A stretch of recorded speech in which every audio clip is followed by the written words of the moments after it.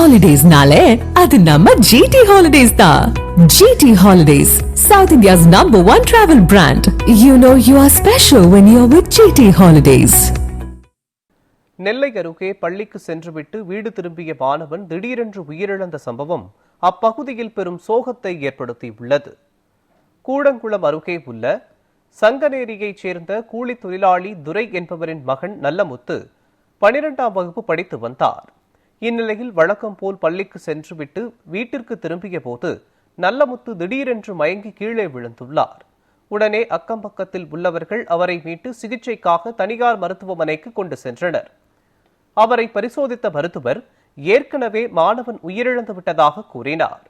இச்சம்பவம் தொடர்பாக கூடங்குளம் போலீசார் விசாரணை மேற்கொண்டு வருகின்றனர்.